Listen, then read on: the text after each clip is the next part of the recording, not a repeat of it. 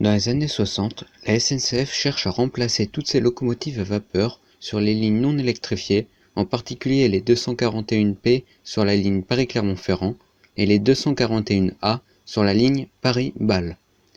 De plus, les locomotives diesel de l'époque avaient une puissance insuffisante pour tracter de lourds convois tels que les express ou les trains de marchandises. Pour cela, plusieurs types de locomotives diesel sont étudiés. Afin de pouvoir répondre aux attentes et de pouvoir effectuer le même service que les locomotives à vapeur, ces nouvelles locomotives doivent atteindre la même puissance et elles doivent également être en mesure d'assurer le chauffage sans impacter la vitesse. Alors, à partir de décembre 1965, la SNCF commanda à Alstom une nouvelle série de locomotives diesel, les CC72000.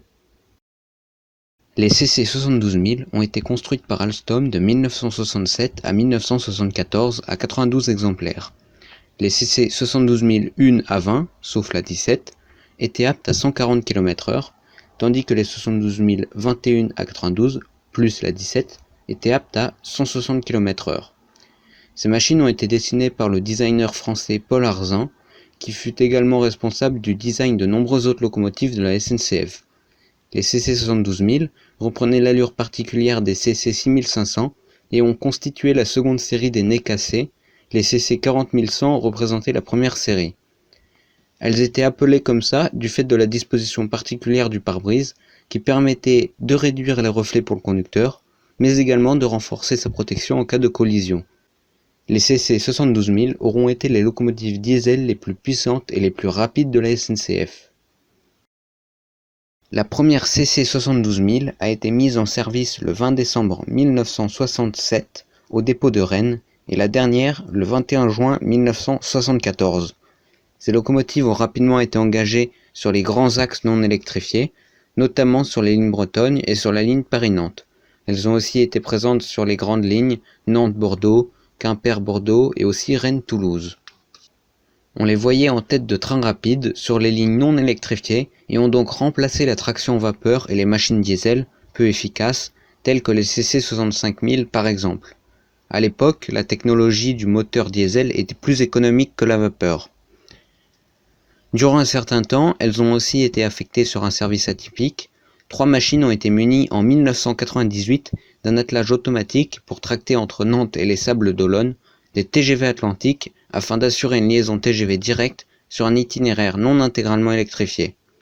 Cette disposition a pris fin en décembre 2004. Durant leur carrière, les CC72000 n'ont connu que 4 dépôts, ceux de Rennes, Chalindrey, Vénissieux et Nevers.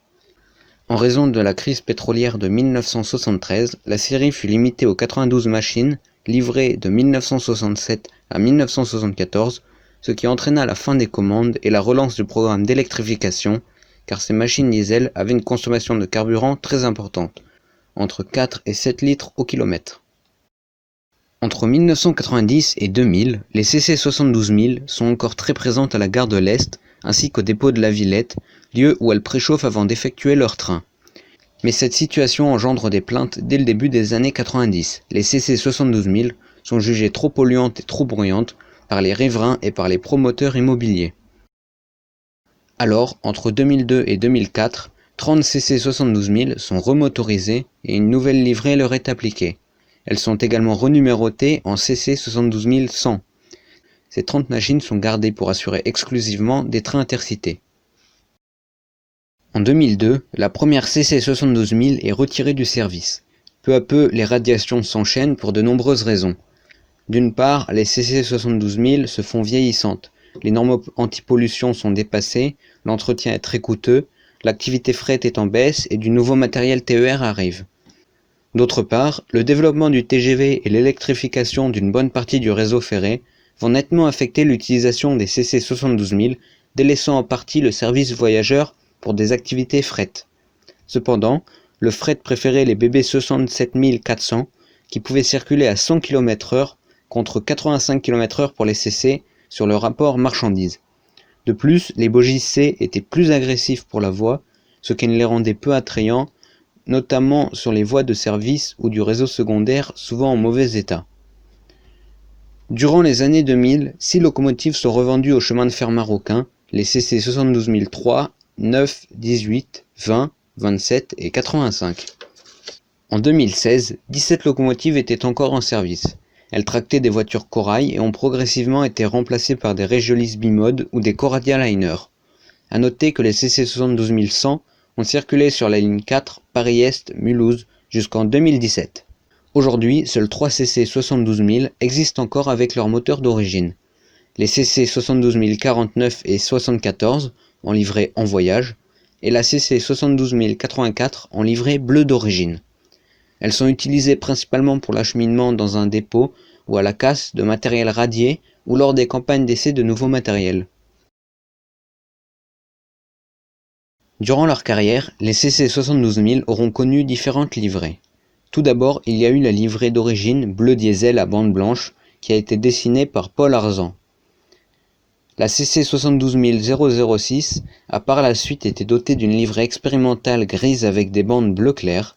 Cette livrée est plus connue sous le nom de livrée Isabelle. Elle a été appliquée uniquement sur la CC 72006. Il y a également eu la livrée Corail Plus, grise avec des bandes rouges.